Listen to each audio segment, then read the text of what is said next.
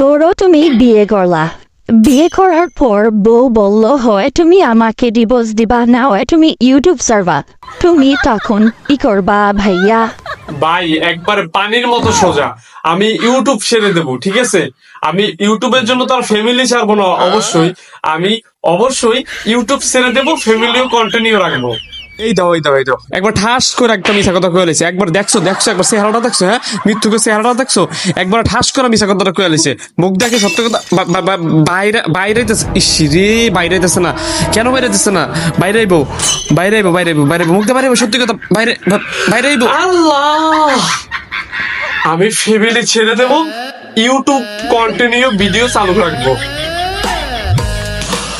শান্তি পাইতেছে, একটা শান্তি পাইতেছে, মনে একটা জোর পাইতেছে, বিশ্বাস করার।